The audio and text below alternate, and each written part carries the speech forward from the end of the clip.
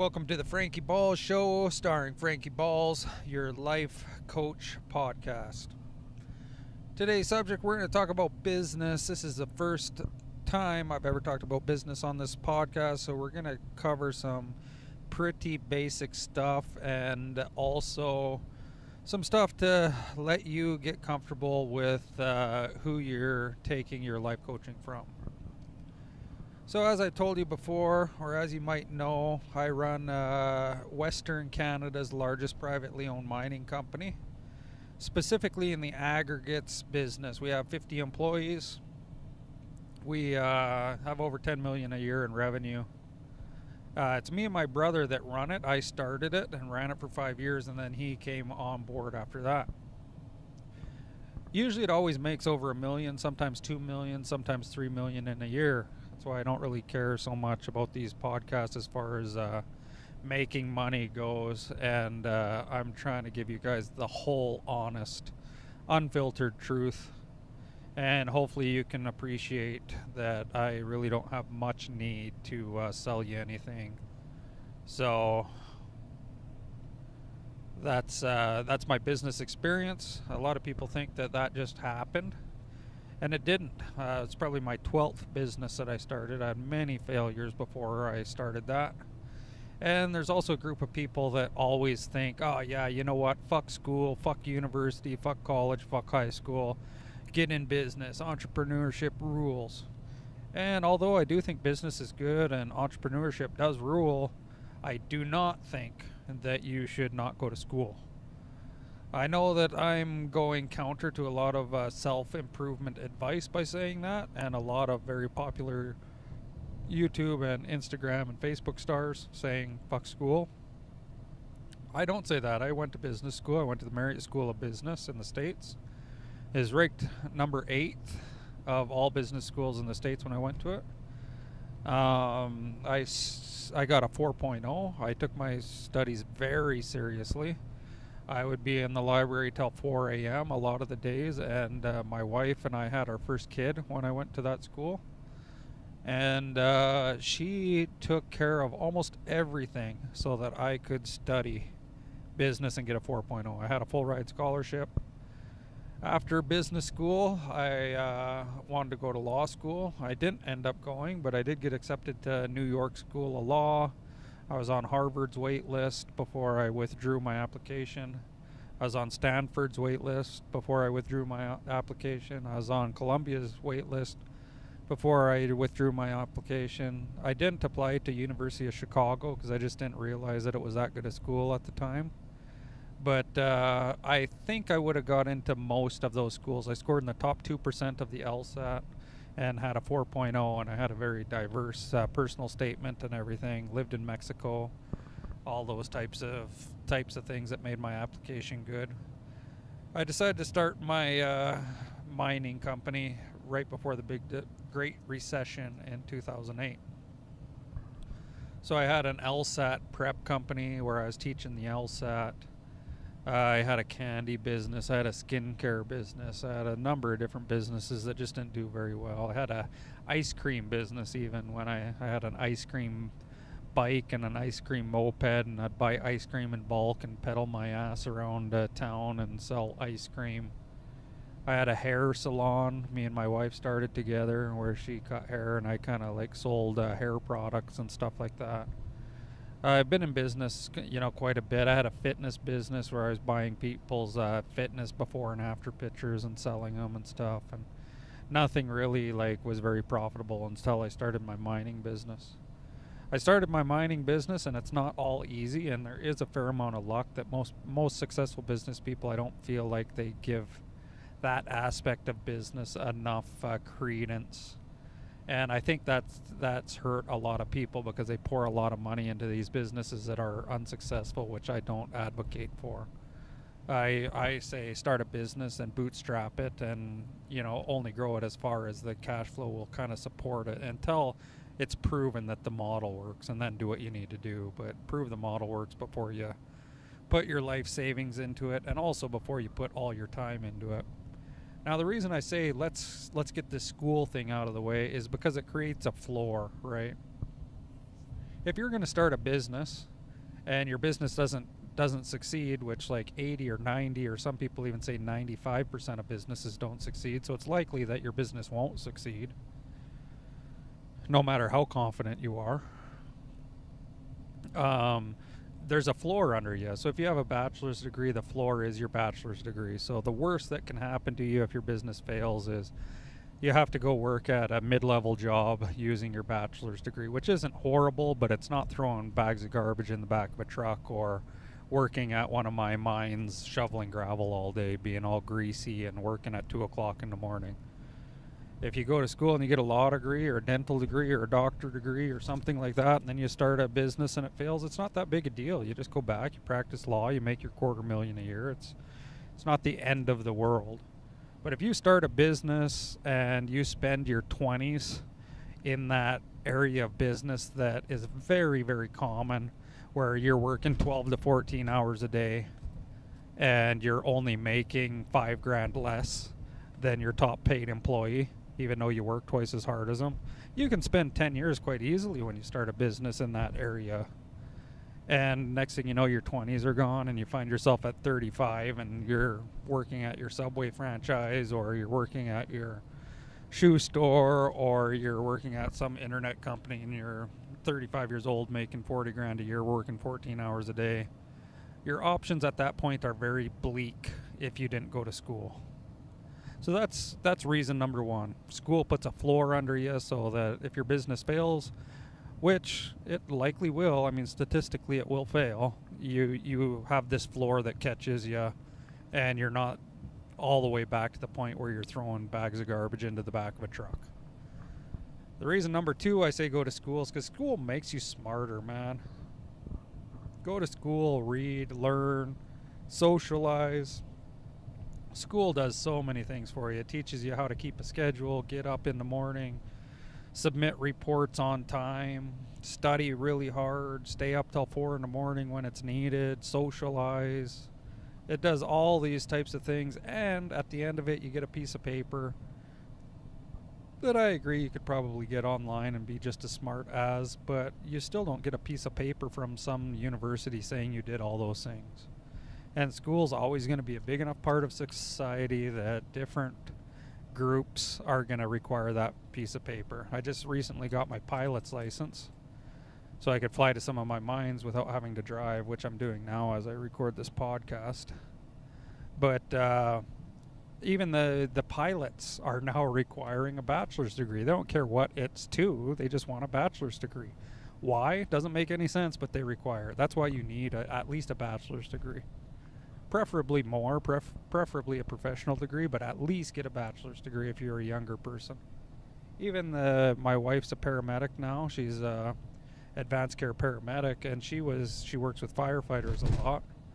And she says that even firefighters now are giving preferential treatment to people who come in with a bachelor's degree. RCMP or the police force, the same thing. They give preferential treatment to bachelor's degrees. It's just a good thing to have. It creates a floor underneath you. Okay, so into business and talking a little bit about business. I think the subject that is on my mind most today is the misinformation about business out there. There's two things that I think I'm going to probably touch on, and we'll probably have to cut it from there. But the first thing is, it is true that if you start a business, you're going to have to bust your ass. There's just no question about it. You're going to have to put in sweat equity for 5 or 10 years. And I don't think there's really a way around it unless you have some brilliant idea and somebody's willing to just give you a ton of money to do a startup. I don't see a way around busting your ass for 5 or 10 years. The other thing I think there's a misconception about is after that 5 or 10 years is up, if you did it right and you did it smart, you shouldn't have to be busting your ass anymore. Pretty soon you should be working, instead of 14 hours a day, 12 hours, and 10 hours, 8 hours. And eventually after 10 years, you should be down to like 6 or 7 hours a day. After 12 years, maybe 2 or 3 hours a day if you choose. If you're doing it right and you're setting things up the way that you should be, you shouldn't have to put in that much time after that period. Now, the reason that I think that most people don't realize that is because every business owner that I know has that structure. Every single one of them. I know hundreds of them. Very, very few of them work more than a few hours a day.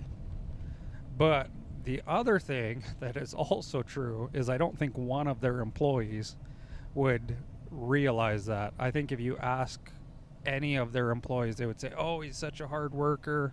He opens the shop, he closes the shop, he's here all the time. He's working 80 hours a week." And that's necessary. You have to have your employees think you're doing that. You know, you have to lead from the front, and if your employees think you're working 2 or 3 hours a day, which every business owner I know that's successful and has been in business for 10 or 20 years or more is doing, their employees have to think they're working 80-hour weeks. And the reason for that is because you have to require your employees to work 60, 70-hour weeks sometimes. And they're not going to do it if they don't think you are. So that's a huge misconception that's out there. And I think it's important for people to realize that, because that helps you bust your ass on the front side of your business. Those first 5 or 10 years, if you know there's an end in sight, if you know eventually you won't have to do what you're doing, you know, you'll probably be able to adjust your schedule in such a way as you can add value to your business through your sweat equity and your time at the time that your business needs it the most, which is that first 5 or 10 years. You don't have to ration yourself, so to speak, because you think you're going to have to do that forever, right? So that's the first thing. Nobody ever talks about that, but everybody that I've ever met, that's kind of what I start to see. If they've owned a business for 20 years or longer, my guess is they're putting in 15 hours a week on average, maybe even 12 or 10. But my guess is also that if you took a poll of all of their employees would think that they're working 70 or 80 hours a week. And that's just kind of the way it is, and that's just kind of the way business owners eventually realize that things have to be, because as soon as your employees think you're only working 15 or 20 hours a week, the first thing that they're going to do is they're going to try and get you to do some of their work. And that's happened to me so many times, and that's why every business owner has to eventually learn that lesson, that your employees just have to think you're the hardest worker in the shop. It's just the way it has to be. Okay, so I think that's the first misconception about business, is that whole amount of time that it takes. The second thing is, and I think I'm alone on what I'm about to say, or at least there's not very many of me, but I think that almost every successful business had a fairly brilliant stroke of luck. And I don't think many people that are successful and bust their ass for 10 years are just self-aware enough to realize that. So every business that I've started, there's always been that time where you might make it and you might not. Eventually, when I did make it, it was a big stroke of luck, or 2 or 3 or 4. But from the business owners that I've talked to, almost all of them exclusively say that no matter what, you know, their business would have succeeded. And I don't question that it probably would have succeeded eventually, but maybe not the current business that they're running. It's just they would have had to try another dozen times before they found that stroke of luck that came at the right moment in time. In my business, I ran it for 2 years. It went just about bankrupt. I owed $900,000 in equipment rental payments to different equipment manufacturers that I was renting, and I couldn't find any work in Alberta, which is where I started the business. So I was way up in the Arctic Circle trying to crush gravel up there. And I think that's the only thing that saved my business, was because the big heavy equipment that I was running up there and that I hauled up there to crush in these mines was so expensive to move that the people I was renting the equipment from wouldn't come and get it, because it cost probably, I owed them $900,000. It'd probably cost them $200,000 to come up and repo it. So I kept in contact with them every day and told them I was going to pay them back. But it eventually got to a point where I owed them $900,000, and I just didn't have hardly any money in the bank. So I phoned my mom, and I had a decision to make, and I asked her if she would mortgage her house out. And her house would mortgage out for $250,000, but I owed $900,000.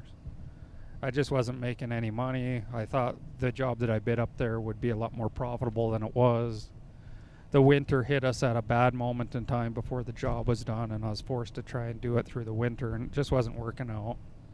So I negotiated with all the equipment owners to wipe out my $900,000 of debt if I did a cash injection that would partially pay them out with a $250,000 and partially give me some money to keep running the business and everything. Which I don't recommend anybody do that ever. In hindsight, that was a horrible mistake. Look, I could have been, working at a very mild job, making 50 or 60 grand a year, having to pay my mom's mortgage off without even owning a house myself. And but anyways, I did that. I negotiated the deal to pay $900,000 off with about $200,000, and then I had about $50,000 that I could use to cash flow my business. And I just about went broke again. And I got another big job, a big road job that would take my company about a year into the future. And I was, I think it was about a $3 million job, and I was about $5,000 cheap, just by sheer chance, by 100% luck. I was $5,000 cheaper than the next guy, and they decided to award my business the contract, which was kind of, in hindsight, silly of them too, seeing how close to the edge my business was. So for me, that was my stroke of luck. If I would have that day decided to bid, if just a few $1,000s higher, I would have went bankrupt and been in a completely different situation than I am now. Likely right now, I'd probably be working somewhere like a mid-level manager, making $55,000 or $60,000 a year, and my wife would be pissed off at me because I'd be paying not only for my own mortgage, but also for my mom's mortgage at $55,000 a year for 30 years. It just would have been an absolute nasty situation. So that's why I say you have to be really cognizant of the fact that you might not make it in business. It's just simple as that. You might have to have 12 businesses, 15 businesses before you finally find one that hits. And you might never find one that hits. You can't be sure. So that's why I say always create that floor. So if you do fall, you fall only so far, right? Like, yeah, I had a bachelor's degree and a 4.0 and everything. I would have only fell to probably middle manager somewhere for a while. I wouldn't have fell right down to shoveling gravel on a gravel crusher or working at 7-Eleven, because at least I had some education with good grades, right? So that's the first two things. The first misconception is that you're going to have to bust your ass and work 90 hours a week forever. It's not true. I know hundreds of people running their own businesses. None of them work like that anymore. They all did in the beginning stages of their business, but now they work, 15 hours a week and pretend they work 90. The second thing that I believe is 100% true, but realize I'm in the minority in this belief, is that every business needs a stroke of luck to come at the right moment in time. Unless you're Albert Einstein and you're just a pure genius and a lot smarter than I am, you're either going to have luck and not realize it, or you're going to have luck and realize it. But in my opinion, either way, there needs to be a certain amount of luck that probably is out of your control, that has to happen for your business to be successful. Now, the third thing that I want to talk about is the Illuminati. Now, I don't believe in the Illuminati, but I do think there's an inner group of people in business that communicate with each other honestly, and with everybody else, they just tell them what they need to hear. And likely, if you're not running a business and you haven't known somebody that's run a business in a very intimate way, you've heard your whole life more or less just what people need you to hear to work that way. Okay, and so I'm going to tell you a little bit of story to illustrate this point a little bit. Like in my business, there's probably 2 or 3 people that in the whole business that realize how much money we actually make. Everybody else thinks we're just scraping by.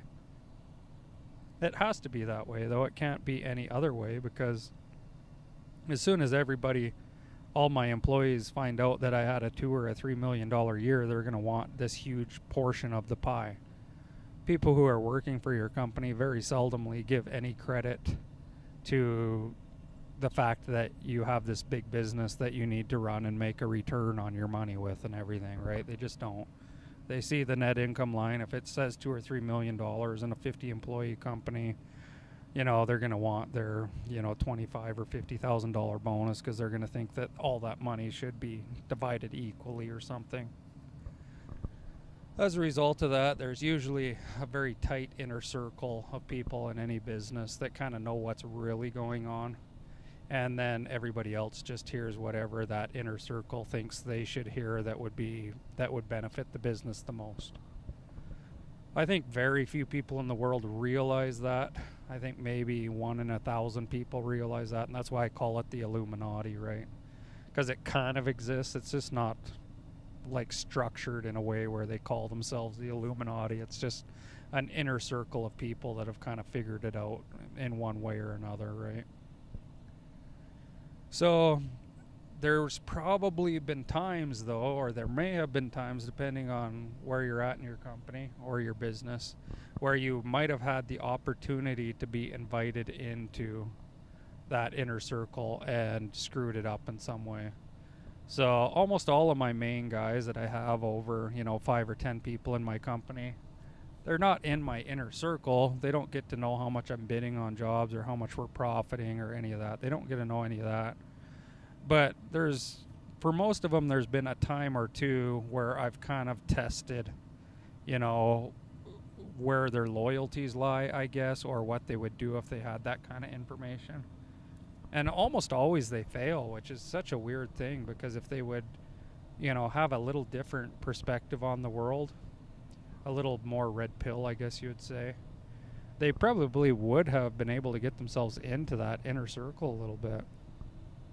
But most of the time they don't. So the story is this. I had this one employee, and he was running an entire mining company for me with equipment. He had hauled it around northern Alberta. He was over 20 people he was getting very high up and very invaluable. And I had him do some things that to help the business out in a way. And his level of understanding was probably lower than it could have been, but it was almost just a way to be like, hey, do this and this for me. And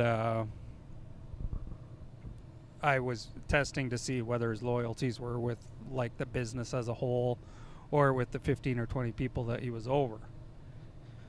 And you can totally think I'm a total asshole in parts of this story, but just hold out until the end. So we were in a position where the price of the aggregate crushing that he was doing, the division that he was over in the mining company, there was a lot of pressure on it. So his costs were higher than the market price was. I knew that we were probably going to have to lay off a dozen people. And so I kind of told him, hey, there's a possibility that we're going to have to lay off a dozen people.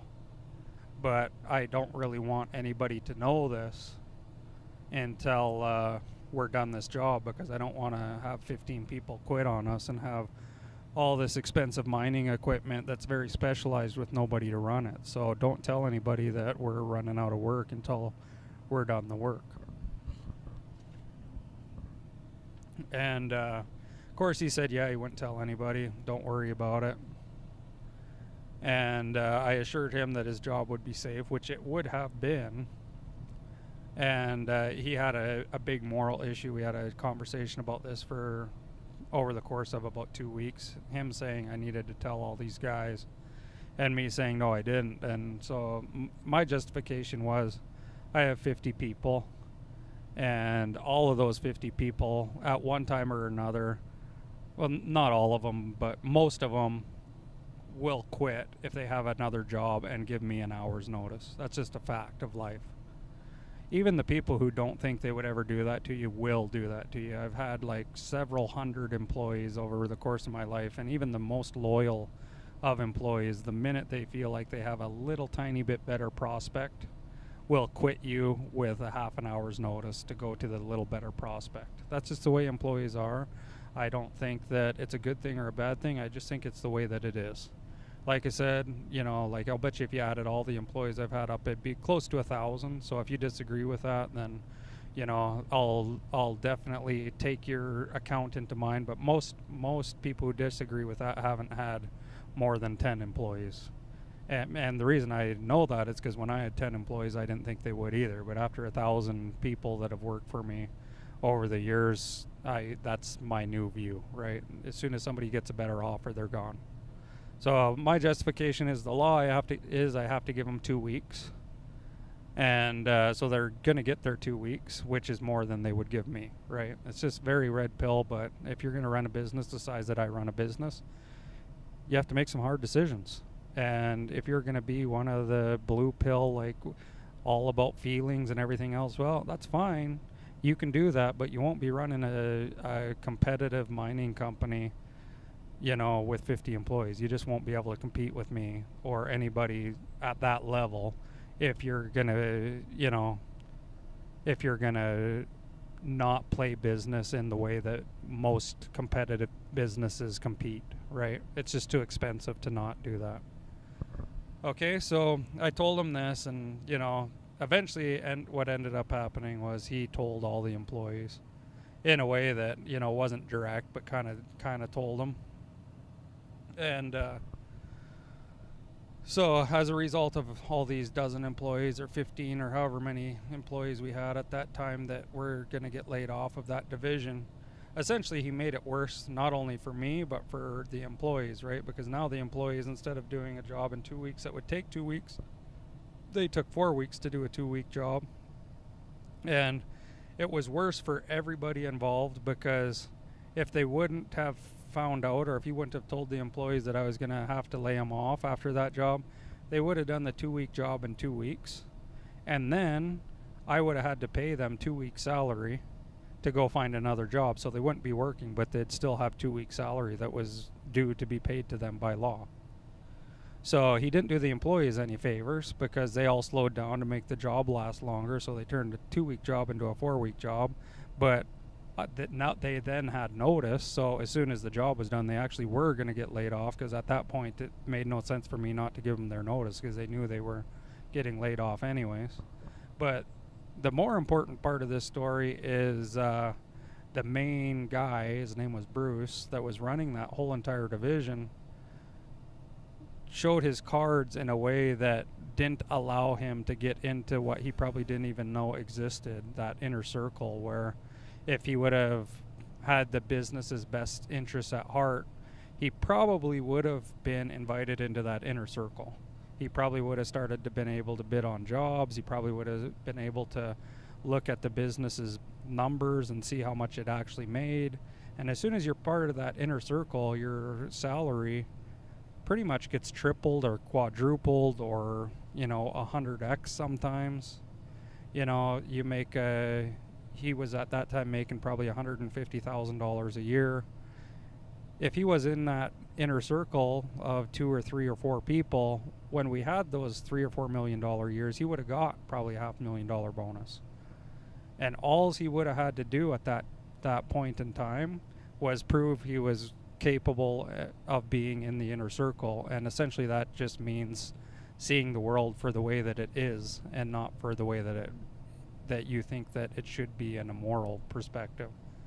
So let's just review what happened in that case. I asked him to not tell the employees that after that job was over, they would probably be laid off. So the employees had four weeks under stress of losing their job instead of 2 weeks. When the job was done, instead of getting paid for 2 weeks of not working, as soon as the job was done, they got their notice while they were still working. So now they didn't have 2 weeks of unpaid, 2 weeks of paid vacation, essentially. So the employees' lives were worse off, and Bruce's life was worse off, because Bruce at that point was no longer welcomed into this inner ring of managers over a very large business, where he would have opened himself up to really high production bonuses. Instead, he was kept at the level of employee, with thoughts in the back of everybody in the inner circle's minds that his loyalties lie with the employees and not with the actual business itself. So Bruce's life was worse, the employee's life was worse, and the business was worse, because now the business had to pay for not only the expenses of the employees that took an extra 2 weeks to complete the job, but also the diesel fuel, the permits, the engineering costs, the management fees, the pickups running back and forth. So the business was worse off. So that's why I say when it comes to business and the Illuminati, a lot of people think they're a little bit evil, because of things like, hey, don't tell these guys that they're out of work at the end of this job. But in reality, I don't think they're evil at all. It's just this inner circle that sees the world for the way that it exactly is. Business owners have to see things exactly the way they are, and they have to execute ruthlessly with profits in mind. It's not really a morality question. Business makes you hard, and if you're not hard enough, you're going to go out of business.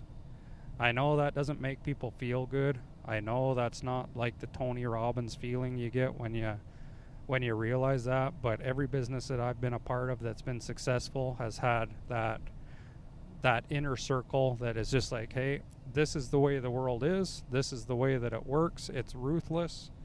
We can either be ruthless and continue to be profitable and be in business, or we can have a moral filter and everything, and we can just like make everybody feel good and sing kumbaya and, pretend the world isn't this harsh place and business isn't this harsh, very extremely uber competitive sport. And I just don't think the business would ever last at that point. So now you might be thinking this. You might be thinking, well, Jeff, like, that's kind of an asshole thing that, that you just were going to lay the employees off like that. And you also claim to have made millions of dollars in some years. It seems to me like there should be some level of compassion you could purchase with those millions of dollars that your business made, right? And my answer to that is kind of. So I guess I suppose I could reduce the profitability of the business. I suppose that's a possibility, and improve my morality by doing that. That's definitely a possibility, but what would that do? Well, that would make my return on my capital that I have in the business and other investors have in the business go from, let's say, 14 or 15% return on capital down to 8% or 6% or 4% return on capital. And at that point, what's the point of running the business? At that point, I may as well sell the business, give everybody their capital back, and let them invest in the New York Stock Exchange that has a return of between 8 and 12% usually. So at that point, am I really any morally superior, or am I just giving my money to another business manager to run a business in the exact same way as I was running it? I would suggest that those bigger businesses, the bigger they get, the more immoral almost that they are, because they have to compete on that level. I don't know about that for all businesses, but I know the businesses that I work for, typically the bigger they are, the more ruthless that they are. I think most people would agree with that, but when you get to a certain level, it's also probably prudent for those big ruthless companies to spend a fair amount of money on reputation protection. So even those companies that seem to have a very good reputation, my guess would be at their very core are still as uber competitive as what I just described my business to be. So those are the 3 business lessons that I have for today. Like I say, I usually always make over $1 million a year. I have 50 employees, and I built the biggest privately owned mining company in Western Canada in just a little over 10 years. And I feel like out of all the things that we study, the thing that is the most misrepresented in all the books and all the podcasts and everything is business. I don't know why that is. I think maybe a large part of it is the people doing podcasts on business actually aren't running businesses. I think maybe a lot of the podcasts that are being done on businesses are actually done by like people that are running franchises, or they're running kind of a business under somebody else, or their business is actually making podcasts or something.